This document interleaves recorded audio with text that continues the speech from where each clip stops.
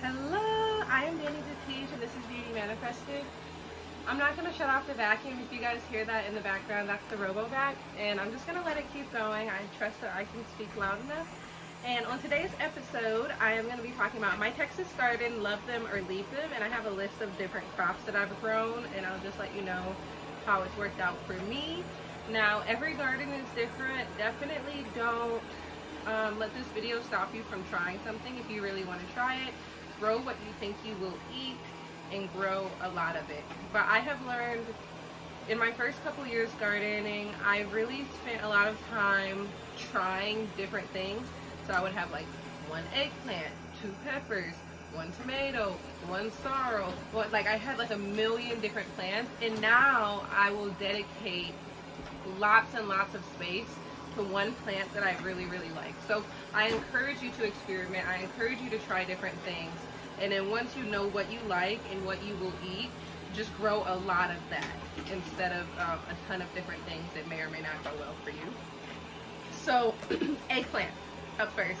I wrote down some things, and honestly I feel like I articulate myself well through writing, so I'm going to read it and then I'll just add little notes.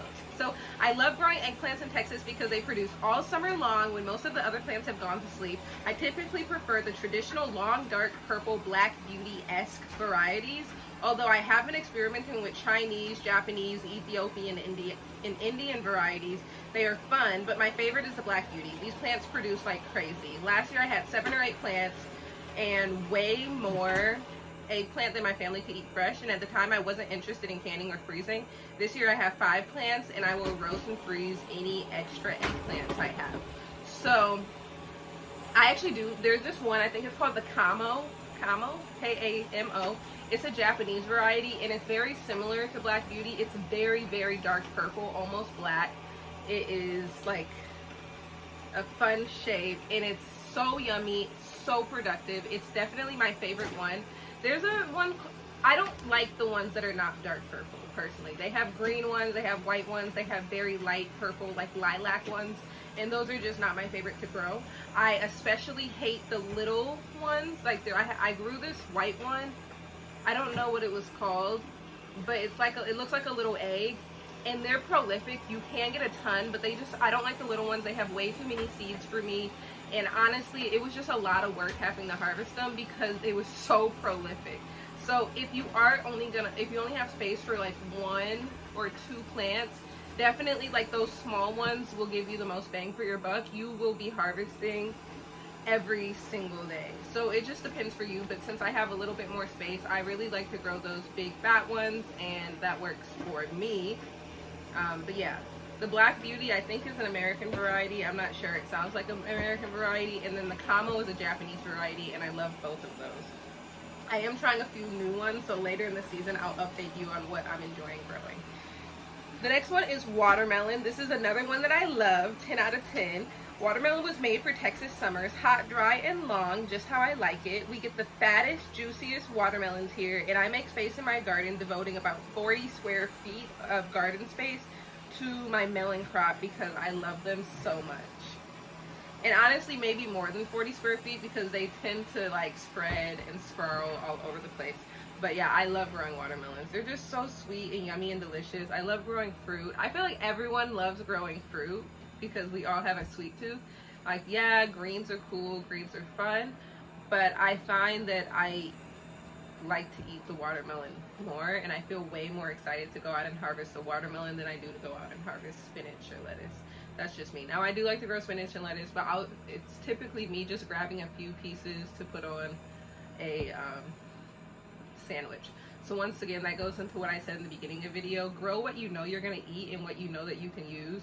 Just because something does well in your area doesn't mean you should grow it if you don't like it and you don't think you're going to use it. Because I've grown a lot of things that honestly just went to waste. So I won't say they went to waste in my garden, because I did end up composting them.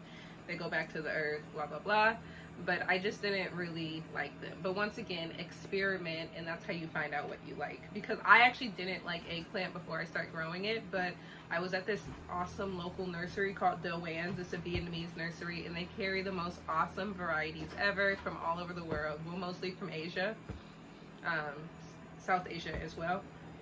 and they happened to have a bunch of eggplants, and I was just picking out everything because I'm obsessed with plants, and I discovered I'm obsessed with eggplant. And especially like my ex was a really, really wonderful cook, and he would cook up the eggplant so good, and that's how I fell in love. Same thing with okra. So okra is the next one. Once again, Texas summers are hot, dry, and long. Okra thrives here. In general, I find that all of the African natives do really well in Texas. When I am purchasing seeds, I like to search for African seeds. Baker Creek Seeds has a ton of them. I am very grateful to be a Black American woman growing an African garden. Being able to experience different cultures through food is one of my many passions, and okra is a staple in many African households. Same thing with okra. So I'm from Detroit, Michigan. We don't really eat okra there at all. Once I got to Texas, I did try okra. Well, okay, so my mom puts okra in her gumbo. So I knew I did like okra because she would put it in her gumbo, but that was like the only way I had it. And then I came to Texas and I had it fried. And I was like, okay, I actually like fried okra too. So I was like, okay, I do like okra. So I was excited to grow it. But in Nigerian households, they make okra stew, and it's actually kind of nasty because it's like really like goopy. Like when you pick it up, it's like a booger, but it tastes so good and so delicious. And so I love growing okra. I usually just add it to my stir fries, and it adds like just a fun consistency. It tastes amazing. I love the seeds. I love everything about it. Okra's so good. Oh, and pickled okra. My auntie put me onto that. I love pickled okra. So delicious, so good. So what else? Peppers. I grow hot and sweet peppers. I love all of it. I have so many friends from all over the world. So I've learned from the Asian culture. I feel like my garden, I don't even have to travel. Like my garden has allowed me to become more worldly and more cultured. So in Asian households with the hot peppers, they don't add the hot peppers to the dish. They make sauces. So you might boil all the hot peppers and then blend them together with a little salt and then store them that way. Or you might dry them and then make a chili powder. Those are like the main ways. Oh yeah, the boiled sauce, the dried sauce, and then another blended one with oils, and that one's more like a paste. So you can make a paste, a sauce, or a powder. And so I grow a lot of chilies. They love hot weather as well. They grow really, really well in Texas. So I get like a ton. Like once they start going, they're going. And when I didn't know, I hadn't asked one of my friends, anyways, when I hadn't asked my Asian friends about how they prepare them, I was just like harvesting them and then adding them to my dishes. And one, it was like so ridiculously spicy. It would like take over the whole dish. And two, it just wasn't, I get so many peppers that it wasn't possible for me to use them all, and I just didn't know what to do. And so I would dry them and then just like save them for later. But now that I know about the paste, the powders, and the sauce, that has totally changed the game for me. So fall is the best time for my peppers in my experience. I get them in the ground in April, but my main harvest doesn't come until September. Although I am fertilizing more this year, so hopefully I'll have better luck. For this reason, I would rate peppers only a 5 out of 10. I grow a ton of peppers because I love them and they are such beautiful plants. Even when they are not producing, they just look lovely in the garden. However, they do take up a lot of space in my garden while not producing for a large majority of the season. I prefer to grow smaller varieties such as pippins, baby bells, poblano, sweet banana, and all of the hot ones rather than any big monster bells that just don't give me as much bang for the buck. And that one, of course, you can try it for yourself, but I have experimented with probably like at least 100 pepper varieties, and definitely the smaller ones are just going to do better for you if you're growing in a very hot climate like Texas. Zinnias. So this is my all-time favorite flower, and it comes in every color of the rainbow and produces all summer and fall. Zinnias will continue to bloom until frost takes them out, and they look fantastic the whole time. I actually just started a 72 cell tray of zinnias. I love it. I can start them in the 72 cell tray, and then I don't have to pop them up ever. I just transplant them directly out into the garden. I love the zinnias. They can really stand the heat. And I was just watching Garden Answer on YouTube yesterday, and her like garden design inspirations, which I absolutely love. And one house literally did a whole yard of just zinnias. And I've seen beds of just zinnias, and they just look so fantastic. They hold really well in a vase. They can hold in a vase for up to like 2 weeks if you're changing the water and keeping it clean. Like, zinnias are the flower, and they come in every single color, like literally every single color of the rainbow. Like, zinnia is the only flower that you need. You don't need anything else. Like, they look so good. And in general with flowers, I am learning to like plant in mass instead of having, and I guess that's what I said with the vegetables too, instead of growing a million different things, grow 2 or 3 things that make a big impact. And even I'm cutting down on colors. Like, next year, I already started this year and I had so many different seeds I wanted to try, and I just get so out of control. But next year I'm really gonna stick to a color palette where I'm only growing white flowers or only growing red flowers, and I just feel like that makes the biggest impact and is the most captivating. The next one is Cosmo. These flowers bloom best in spring and fall. They tend to go to sleep in the summer. These are one of my favorites because they reseed easily, and I get volunteers all over the yard, which means less work for me. They are also beautiful and lovely. Same thing with the zinnias. They reseed easily, and yeah, even if you don't plant a garden the following year, they're still gonna come back. Alyssum, I really love Alyssum. It's wonderful, and also the seeds are not expensive. I got like a massive box of them for super duper cheap. This one smells great. It prefers spring or fall. I love how it trails out of containers. The bees love it, and I love it too. It's really nice. Rosemary. Rosemary hates our clay soil, never planted in the ground. However, it loves our hot, dry weather and does great in raised beds and pots. I am really in love with all things fragrant. I also love medicinals.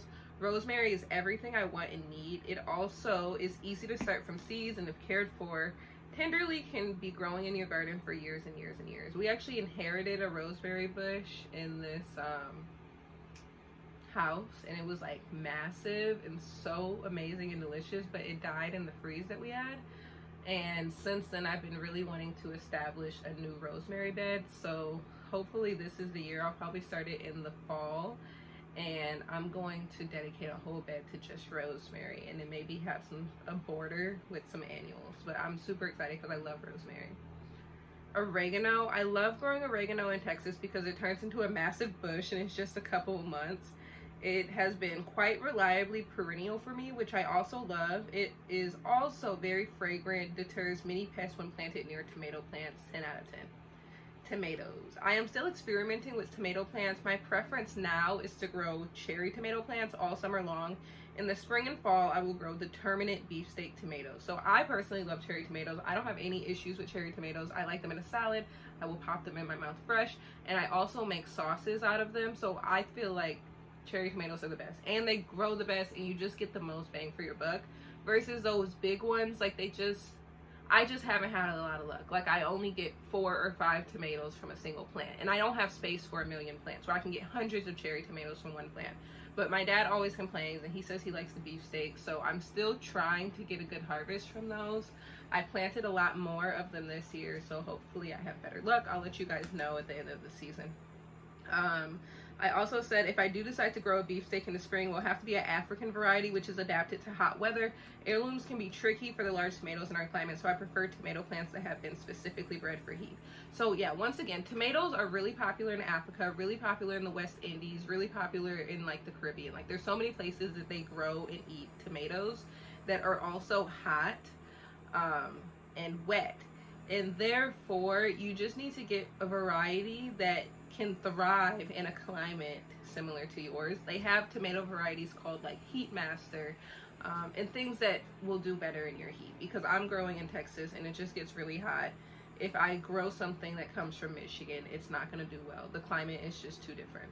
Squash, I've given up on squash. 0 out of 10. I hate growing squash. I never get a good harvest. I maybe will get one, if I'm lucky, one squash.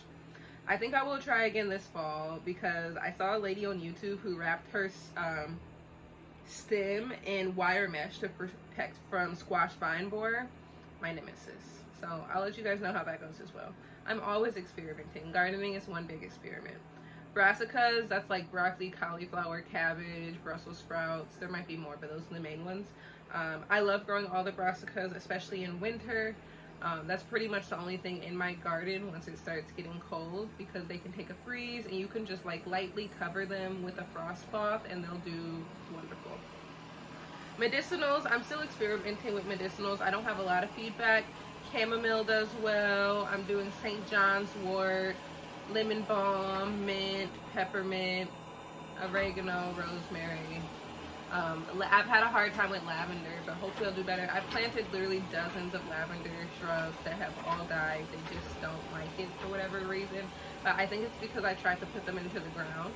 Because I have a friend who bought a lavender and put it in a pot, and his did great. It might even come back this year. Beans. I love growing beans. This will actually be my first year growing pole beans. Oh, no, it's not. I grew pole beans before. Yeah, I love growing beans. Beans are great. They're one of my favorite things to grow in the garden. You can grow them literally anywhere, any climate. They're quick growing, and you can just eat them fresh off the plant. That's why I like them. Like, it's like a garden snack while I'm out doing garden work. I love beans. This year I'm planting like a lot. Any little open space in a garden, I'm planting beans because I love them. Basil, love basil. It's probably my favorite summer herb to grow. It's so prolific, so delicious. You can put it in anything, everything. Like, I'm eating basil every day. I love basil. Parsley is also my favorite. That one's in the fall. It doesn't do well in the summer, but I find that if I plant it in the spring, it will not do much growing, but it will stay alive throughout the summer, and then as soon as fall hits, it'll start doing really well. I have seen like on Instagram like these big massive parsley things. I've never had that experience. I've never had like a big bush of parsley, but I just plant a lot of it, and then I always have enough to harvest. But yeah, I think it just gets too high. It doesn't do what the Instagram girlies do. Okay, beets. I have really good success with beets. I actually plant them, I think, like all summer long. Yeah, all spring and summer long. Like, once my other plants are getting bigger, I'll plant beets in the shade of them, like under the plants. And then when I pull out those other plants in fall, winter, whenever they're done, like my tomatoes, my peppers, blah, blah, blah, I leave the beets in. And then the beets will mature. Sometimes I'll be able to harvest them, like, in the fall / winter, and sometimes I just leave them in the ground throughout all of winter and they'll be fine, and then I'll harvest them in the spring. But yeah, the beets can stay in the ground, I feel like, forever. I love growing beets. Beets do really well. And then radish are always easy because they grow fast. I just kind of put them almost like, not like a cover crop, but kind of like, if I don't have anything else in that space, I'll just plant some radishes because I know that they'll do well. Radishes don't like the super hot weather either, but I find that if you plant them in the shade of other plants, then they'll do just fine. Yeah, so those are all of my faves, my Texas faves. Yeah, you can really grow anything. You just have to like take a lot of things into consideration. So just experiment. The only thing that's an absolute no for me is squash, but even that I'm willing to try again because I just like to have a diverse garden. But my main crops are watermelon, peppers, tomatoes. Yeah, watermelon, peppers, and tomatoes are my main ones. And then I throw a few okra plants in there. And then I have space fillers. Like, the space fillers are the radish, the beets, like things that I can grow underneath things. Lettuce is a space filler for me. It has a really short season here. Yeah. Oh, and then I'll grow a big crop of brassicas in the winter time. But my main season, which I would consider like this spring and summer, are tomato. Oh, and I grow cucumbers too. Cucumbers are good, but that's not my main crop either. My main crop is peppers. I have like 3 full beds dedicated to tomatoes and 3 full beds dedicated to peppers, and then a few more squeezed in like random places in the kitchen garden. So yeah, I love you guys. Grow something lovely, stay beautiful, have a beautiful day, and let me know in the comments about your garden. Oh, and last thing, my course Luxury Gardening for Goddesses is out now. The link will be in the bio. The link is always in the bio. It is my whole heart and soul and ancestral knowledge of gardening and all of the witchy things I do. I'm really proud of this course, so check that out. And then I also have quite a few more courses coming out that will be really budget friendly, and it'll just be a series of all the different plants. So probably all these plants that I do, I'll do a little master class for growing those things, included with a couple recipes on how I harvest and use them. And those are going to be awesome. When I finish those, I'll include the link in the bio as well. I love you guys. Stay beautiful, stay blessed. Thank you so much for your support.